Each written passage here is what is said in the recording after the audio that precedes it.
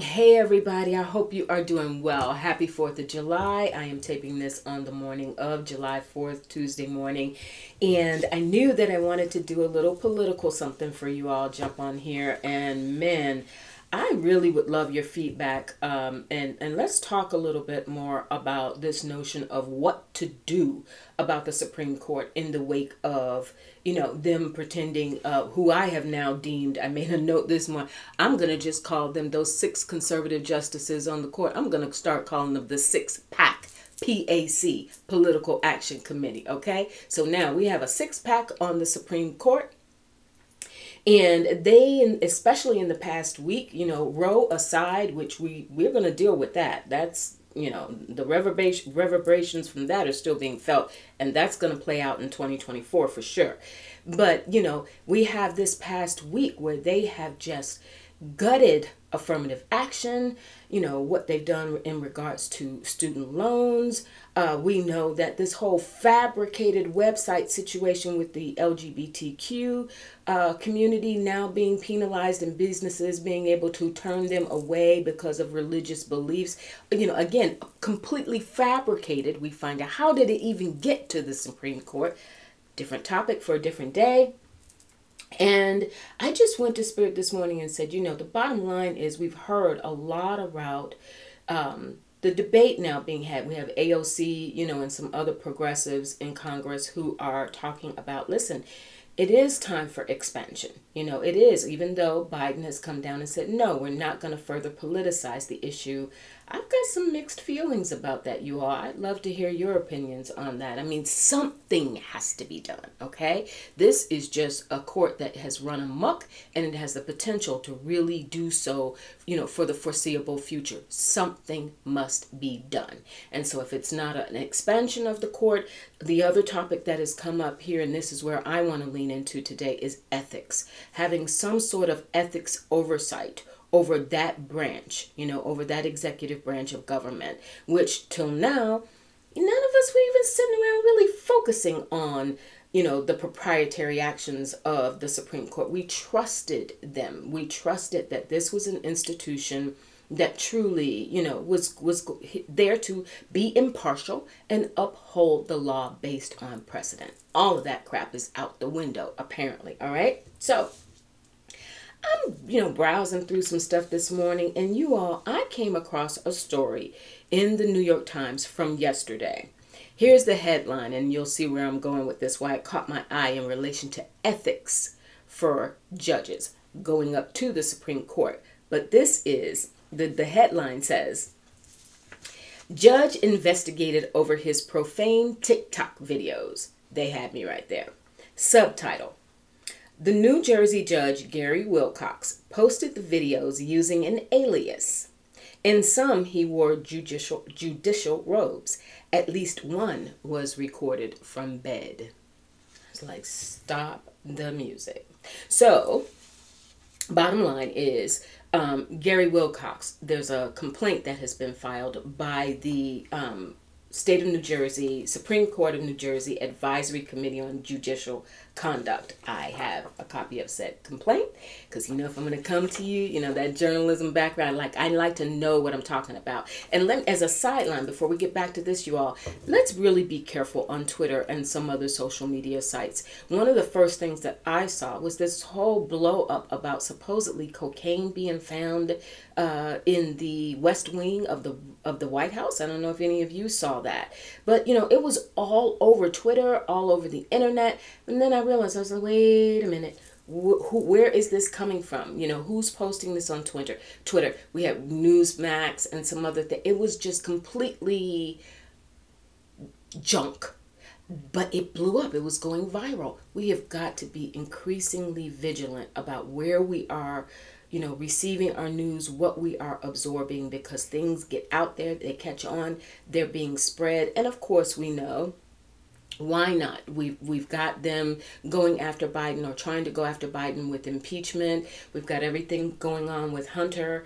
And so, yeah, let's go ahead and get some cocaine, supposedly, allegedly in the West Wing, no less, of the White House. Another story, but let's stay on top of that, and let's come back to how that's a particular interest to me. You know, when I was writing for newspapers, we had fact checkers. We couldn't even, it didn't matter how good my reporting was. I had to turn that story in, and then I had people who would go behind me, hired to do so at the newspaper, call people I interviewed, go over some of the salient points and say, is this true? Is this what you said? Before a story would go to press. Okay?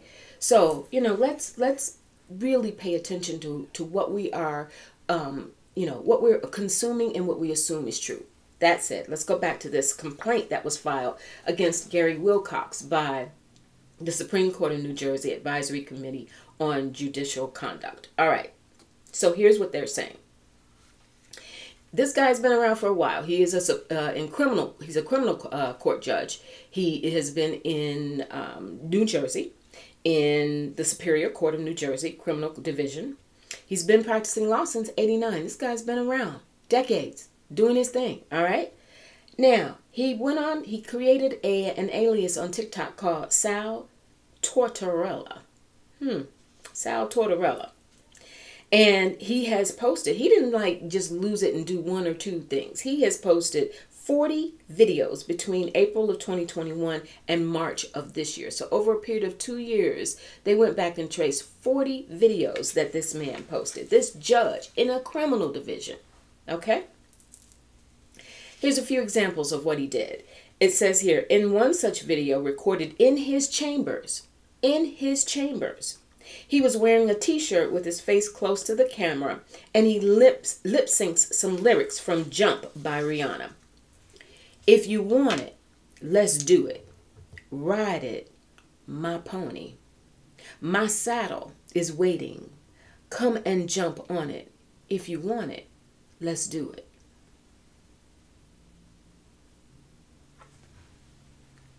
Second video. He's in chamber with his law books behind him, and he's wearing a suit and tie. And he lip syncs. All my life, I've been waiting for somebody to whoop my ass. I mean business. You think you can run up on me and whoop my monkey ass? Come on, come on. In his chambers, books behind him, suit and tie. Sal. Let's just stop at that, okay? So the bottom line is, oh, and one more I want to share with you. Now he's in a car. He's seated in a car, and he's wearing a Freedom of Speech t-shirt. Freedom of speech, y'all. And he lip syncs. Go ahead, baby. You hitting them corners too God DAMN fast. You got to slow this mother effer down. You understand? I almost spilled my cognac on this $200 suit. This man, so the charges are related to he exhibited poor judgment and demonstrated disrespect for the judiciary. And he showed an inability to conform to the high standards expected of judges. So we will see what happens to Gary Wilcox, you know, in New Jersey in the Superior Court. From what I understand, it won't, you know, it's not going to be jail time, but he could certainly, you know, face some serious sanctions, up to and including possibly being removed from the bench and having his license revoked. We'll see what happens with him. But my point is, with everything happening going back to our very own six-pack in the Supreme Court, you know, if in fact it's not a good time or there's a lot of, you know, debate around how expanding the court may not be the move at this time, but there must then be, let's look at ethics, I think. Let's look at what else can be done, because just to take all of these slaps across our faces as a society and be expected to just swallow it and keep going or bury it, like, that's not going to work, especially as we're heading toward an election year. All right. So I wanted to talk to you a little bit about ethics, and especially with regard to our old friend, Clarence Thomas. We know Alito is deep in it as well, and a lot has come out about him. But what I didn't know, and I, you know, learned just today, I'm late to the party. Many of you probably already know this, so bear with me. With Harlan Crow, we know all about the real estate deals. We know about the money. We know about all the luxury trips, what have you. But I also understand that with Harlan Crow, Clarence Thomas has become and is a part of or has participated in this group in California called the Bohemian Club. Are you all familiar with that? This blew my mind. So the Bohemian Club is apparently this, Harlan Crow brought Clarence Thomas into, he has gone to this, apparently they meet every summer and they do these ceremonies, and it's this male only, extremely exclusive club of billionaires, movers and shakers, you know, business titans, etc. All right. So Clarence has got his little self all up in that mix. But I was like, okay, so what is this Bohemian Club? Now, interesting name for a group of guys like that, right? Bohemian Club. Immediately, I'm seeing eyes wide shut, like, what is happening? You know, a gentleman's club? Come on, y'all. Come on. All right? For entertainment purposes, my opinion, my thoughts. All right? So, it says here that one of the things they do in this Bohemian Club is they have a ceremony that is called the cremation of care. Let's think about that. With the affirmative action, student loans, having some idea of what is being done in the best interest of the American people, in the best care of the American people to preserve our democracy. Care being the operative word here. Cremation being the operative word in this group, the Bohemian Club. So they have this cremation of care ceremony. I'm like, okay, what is that about? And according to, I got this off of Wikipedia. Again, we got to check our sources. But the one thing I'll give Wikipedia credit for, there usually is a reference section at the bottom. So they will show you their sources that they got their information from. And then you can go through those sources. So it is, you know, to some extent, I feel a little more comfortable with that. All right, this cremation of care, you all. It says it's an annual ritual production, and it's staged at this Bohemian Grove near Monte Rio, California, right outside of San Francisco. And it's where they go in front of a 40-foot tall image of an owl. And it's at a lake. All right. So standing in front of this 40-foot image of an owl, they do a ritual where they malign the character Care. Care becomes a character, and they act it out to basically burn it. And it says here, part of what they do, the ceremony involves they go across a lake on a small boat that contains an effigy of Care. So they have this embodiment of Care. And these dark hooded figures take from the ferryman off of this boat, the effigy of Care. And they place it on an altar. And at the end of the ceremony, they set it on fire. Now, I have to ask you, how would those God-fearing moms for liberty or our evangelical friends, you know, what would they have to say about that if they could see our friend Clarence Thomas perhaps participating in this type of ritual where you literally embody care? The idea is that these rich men are supposed to be, you know, have this environment amongst one another where they are carefree, where they have no cares for whatever their responsibilities are in the world and, you know, all of what they do. So, also what I didn't know is some years ago, back in 2000, where have I been? There was a radio host by the name of Alex Jones who infiltrated this Bohemian Club. And he did a documentary called Dark Secrets Inside Bohemian Grove. And what he said was this cremation of Care was an ancient Canaanite Luciferian Babylon mystery religion ceremony.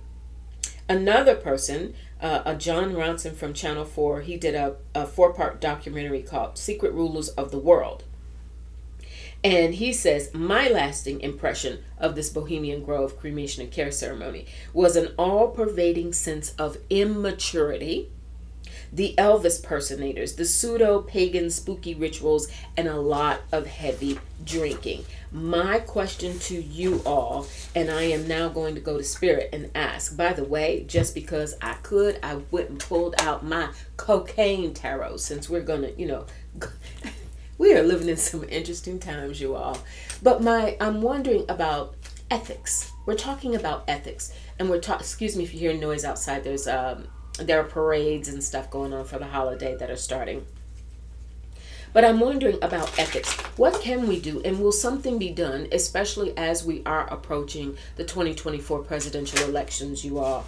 What is going to be done? Something has to be done to address the absolute crushing, devastatingly harsh opinions and rulings that have come out of this court recently, the highest court in the land. Like, there's nowhere else to go once they rule, right? What has to be done? What can be done? And if we're not going to increase the size of the court, then by all means, can we do something to enforce a certain level of behavior that is expected among these people who are elected to this office for lifetime appointments? Is that something else we should be looking at? Whether or not these should continue to be lifetime appointments. All right, I've got the 8 of Wands, I've got the 4 of Swords, and I've got the 6 of Swords. Basically, it's saying there's a lot of conversations that are being had, you all. There is something that is going to happen, I think, a little swiftly because of that 8 of Wands. They're out there. So celebrate. And I have seen so many Trump flags around this area, like unbelievable. I'm stunned at how his popularity in the polls continues to rise despite whatever. I'm happy about the fact that DeSantis is taking a hit because he needs to just go bye-bye. And I know a lot of people we respect, Susan Lynn and others, have said, don't get too wound up over him because his end is coming. He will not be president. We have got, I'm trusting and believing that. But we have the Hierophant, which is tradition that is going to be challenged, right? Tradition that is going to be challenged. So this notion that the Supreme Court is untouchable, that is going to be reviewed because 9 of Cups. It is the desire of the people. It is the will of the people. We will not sit back and allow a 6 PAC to literally create an environment where our democracy is crumbling, where the will of the people, the majority of the people who accept our desires to make this country better, to stand up for what is fair and equitable and just, that somehow our opinions just don't matter because these people who, the Bohemian Grovers, etc., including Clarence Thomas, are untouchable.